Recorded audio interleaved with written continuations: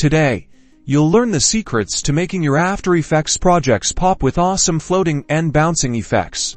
First things first, let's start by creating a new composition and a simple shape layer, like a circle or a square. This will be our test object. Then, give it a color that complements your project. Focus on the shape layer. We'll be using the transform properties position, scale, rotation, and anchor point to pull off this effect, specifically the position property. Let's start with a simple floating effect. Animate the position. Click the stopwatch icon next to the position property to create keyframe. Set your first keyframe when it hits at the bottom of the composition, then make some space in the timeline and create your next keyframe, which should be at the top of the composition, then your third, which should be at the bottom. To get that smooth floating motion without any bouncing, you need to adjust the keyframes in a graph editor. Select all your position keyframes in your timeline. Right-click, then select Keyframe Assistant, and then ease in for the upward movement and ease out for the downward to create some acceleration. Now let's try a bouncing effect. We will start by making the first keyframe at the bottom,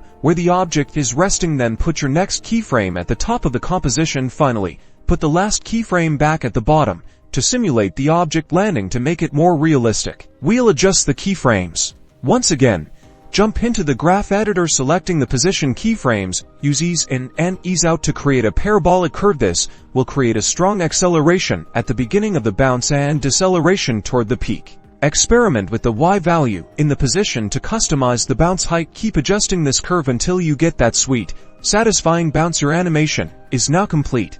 Now go forth and make your projects amazing.